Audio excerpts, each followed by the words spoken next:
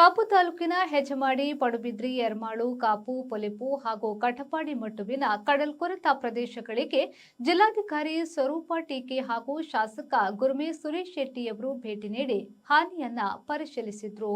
ಪರಿಶೀಲನೆಯ ಬಳಿಕ ಮಾತನಾಡಿದ ಜಿಲ್ಲಾಧಿಕಾರಿ ಸ್ವರೂಪ ಟೀಕೆಯವರು ಕಾಪು ಕ್ಷೇತ್ರದ 8 ರಿಂದ 9 ಕಡಲ್ಕೊರೆತ ಪ್ರದೇಶಗಳಿಗೆ ಭೇಟಿ ನೀಡಲಾಗಿದ್ದು, ತುರ್ತು ಕಾಮಗಾರಿ ಕೈಗೊಳ್ಳುವಂತೆ ಬಂದರು ಇಲಾಖೆಗೆ ಸೂಚನೆ ನೀಡಲಾಗಿದೆ.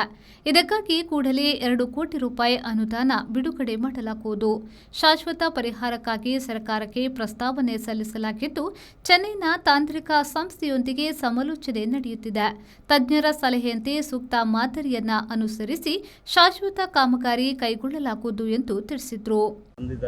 ಇಲ್ಲಿ ನಾವು ಕರಾವಳಿಗೆ ಒಂದು ವಿಶೇಷ ಪ್ಯಾಕೇಜ್ ಅನ್ನು ಕೊಡ್ತೇವೆ ಕಡಲ್ಕೊರೆತಕ್ಕೆ. ಬಟ್ ಅದು ಯಾವುದು ಇಂಪ್ಲಿಮೆಂಟೇಷನ್ ಆಗಿಲ್ಲ. ಅದರ ಬಗ್ಗೆ ಪ್ರಸ್ತಾವನೆ ಹೋಗಿದೆ. ಅದು ಶೋರ್ಲೈನ್ ಮ್ಯಾನೇಜ್ಮೆಂಟ್ ಪ್ಲಾನ್ಗೆ ಅನುಗುಣವಾಗಿದೆಯಾ ಅಂತ ಹೇಳಿ ಚೆನ್ನೈ ಇನ್ಸ್ಟಿಟ್ಯೂಟ್ ಜೊತೆ ಅದನ್ನು ವೆರಿಫೈ ಮಾಡ್ತಾ ಇದ್ದಾರೆ. ಸೊ ಅದು ಆಗ್ಬೋದು, ಕಾದು ನೋಡೋಣ. ಭಾಳ ಟೆಕ್ನಿಕಲ್ ಆಗಿ ಪ್ರಿಪೇರ್ ಮಾಡಿರುವಂಥದ್ದು. ನಮಗೆ ಎನ್ವೈರ್ನ್ಮೆಂಟ್ ಕ್ಲಿಯರೆನ್ಸ್ ಬೇಕಂದರೆ ಅದು ಅದರದ್ದು ಅಲೈನ್ ಟು ದ್ಯಾಟ್ ಮಾಡಿದ್ರೆ ಮಾತ್ರ ಅಪ್ರೂವಲ್ ಸಿಗುತ್ತೆ. ಹಾಗಾಗಿ ನಾವು ಏನು ಮಾಡಿದ್ದೀವಿ ಅದು ನಿಖರವಾಗಿ ಮಾಡಿದಾರ ಅಂತ ಚೆನ್ನೈ ಇನ್ಸ್ಟಿಟ್ಯೂಟ್ ಮಾಡಿರೋದು.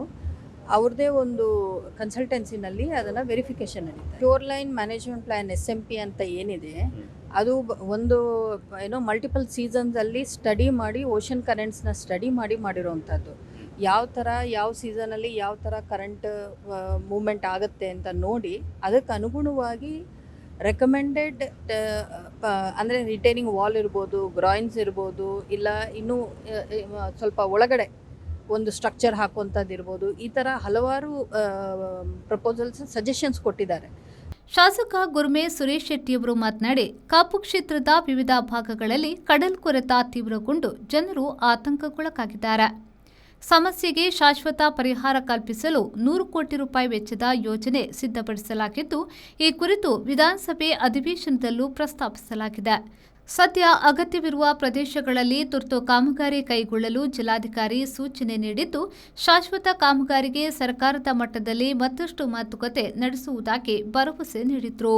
ಸತ್ಯ ಇದೆ, ಹೋಸಲ ಸ್ವತಃ ಮಿನಿಸ್ಟರ್ ಬಂದು ಒಂದಷ್ಟು ಅನುದಾನ ಕೊಡ್ತೇನೆ ಅಂತ ಹೇಳಿದ್ದಾರೆ. ಪರ್ಮನೆಂಟ್ ಸೊಲ್ಯೂಷನ್ಗೆ ವ್ಯವಸ್ಥೆ ಮಾಡಿ ಕೊಡ್ತೇನೆ ಅಂತ ಮಾತನ್ನು ಹೇಳಿದ್ದಾರೆ. ಅಸೆಂಬ್ಲಿಯಲ್ಲಿ ಕೂಡ ಇದ್ರ ಬಗ್ಗೆ ನಾನು 3 ಸಲ ಧ್ವನಿ ಎತ್ತಿದ್ದೀನಿ. ಇದಕ್ಕೇನಾದ್ರು ಒಂದು ಪರ್ಮನೆಂಟ್ ಆಗಿ ಒಂದು ಸೊಲ್ಯೂಷನ್ ಕೊಡಬೇಕು ಅನ್ನೋಂಥ ಮಾತನ್ನು ಹೇಳಿದ್ದಾರೆ.